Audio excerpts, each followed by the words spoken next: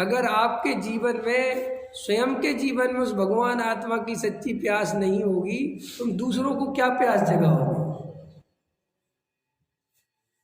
नहीं समझ में आई मेरी बात? पकड़ में आई मेरी बात? क्या कहना चाहता हूँ?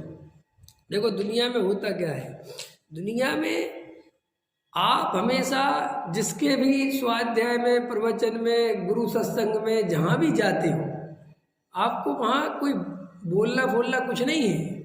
अंदर से आप उस वक्ता से वही चीज ग्रहण करते हो जो उस वक्ता के अंदर ज्यादा वजन से चल रही होती है, आप वो लेके आते हो।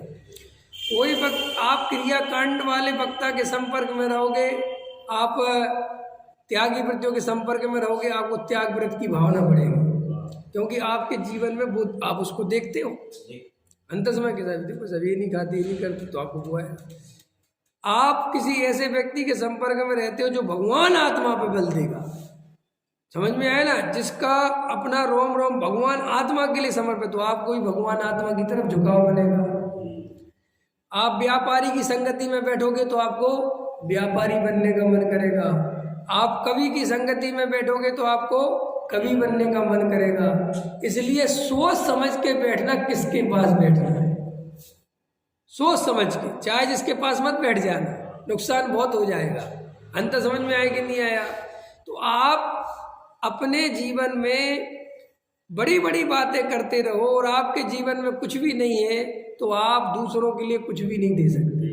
मैं आपसे कहता रहूं कि आत्मा का ध्यान करो, 1 घंटे तत्व विचार करो, और मैं खुद तत्व विचार नहीं करता, तो वो 2 कौड़ी का है।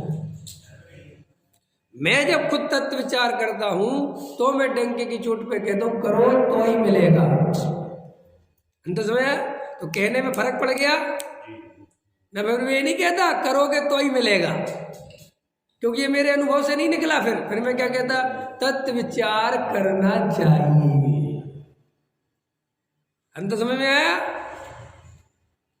चाहिए एक ऐसी भाषा है जिसमें तुम नहीं आती। हम सबको देशभक्त होना चाहिए, हम सबको देश के प्रति समर्पण होना चाहिए। समझिए ना, अंदर समझ में आया ना? वो एक भाषा है, वो एक अदब है, वो एक औपचारिकता है, वो एक सिस्टम है। उसमें मेरा और तुम्हारा कुछ नहीं लगा हुआ है। असली बात है कि मैं ये जब कह रहा हूँ कि मैं आपसे कह रहा हूँ, जो जीव तत्व विचार नहीं करेगा उसे सम्यक दर्शन नहीं होगा। कि पंडित जी कहाँ पढ़ के बोलते हो? कि मैं कहीं पढ़ के नहीं बोल रहा, मैं अनुभव से बोल रहा हूँ।